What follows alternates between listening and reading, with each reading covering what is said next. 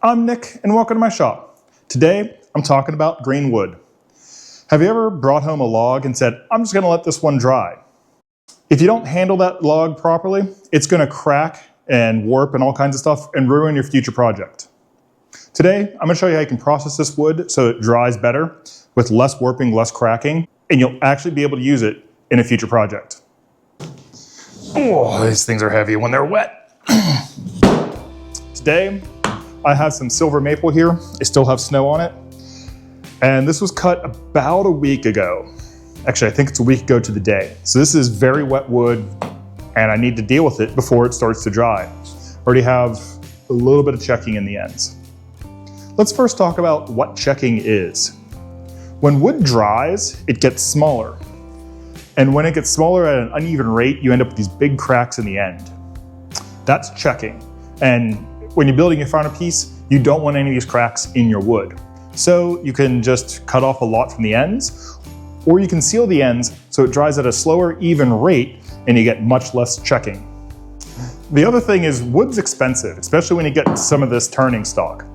This here is a cutoff from a much larger piece, but this is hard maple, and the price tag's still on here, and it's 36 bucks. This here is what would be considered soft maple, but the only cost to me would be cost of the anchor seal I put on it and my time. So I can get a lot of turning stock, as you see up here, for basically free.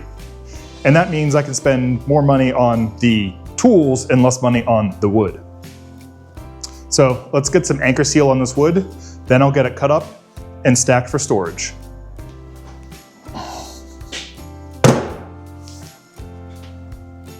I tend to slop the anchor seal on my pieces of wood, so I always put down my drop cloth.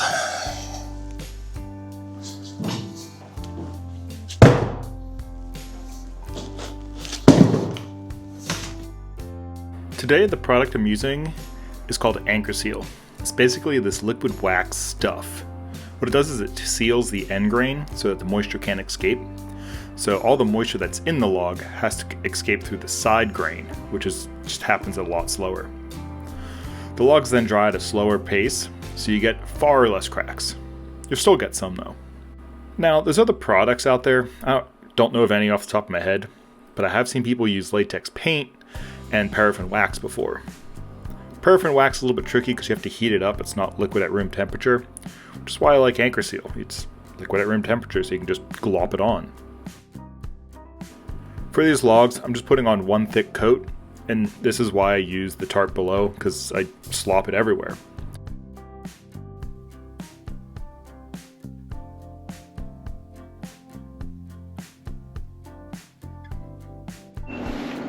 I'll put a coat on this side, I'm going to let that dry, then I'm going to flip it over and do the other side. So the anchor seal is dry. Next step is to cut these up into turning blanks so they can dry on the shelf.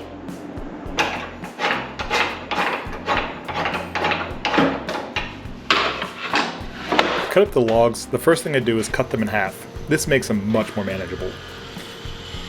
Cutting round things on the bandsaw can be tricky, and it can be dangerous since the bandsaw directs all the force down onto that flat table.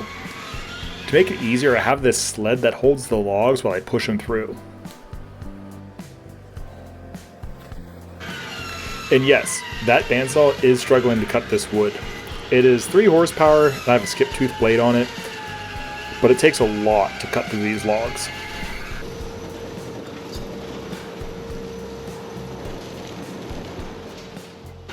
Once they're cut in half, I have a flat surface that I can put on that table and I can safely make more cuts. Then it's just a simple matter of cutting these half circles into squares. I shoot for a range of pieces that are about 1.5 inches to 4 inches. And this gives me plenty of sizes for different projects in the future. So while I'm doing this, I'm ending up with pieces that are just too small to be useful, and I set these aside, and I'm going to burn these in my fire pit.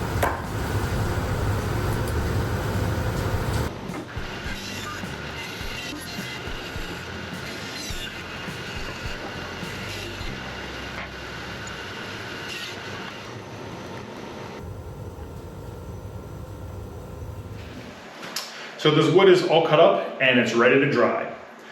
This wood is still very wet, and the rule of thumb is it takes about 1 year per inch of wood to dry.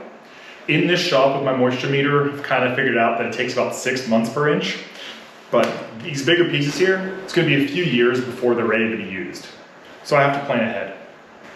The best way I found to get these to dry quickly and evenly is as you're putting it down, you put in these little small pieces of wood that are called stickers.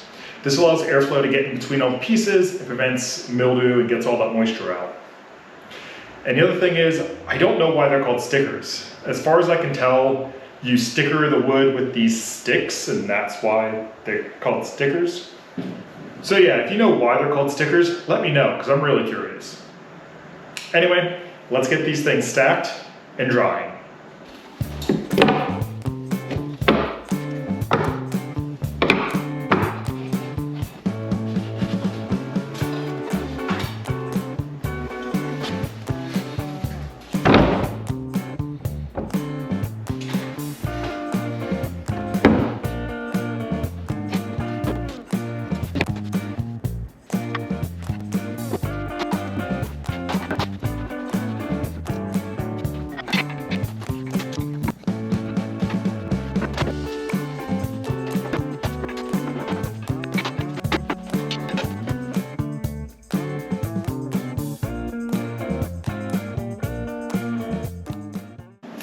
So yeah, that's how I take logs and prep it to dry for future projects.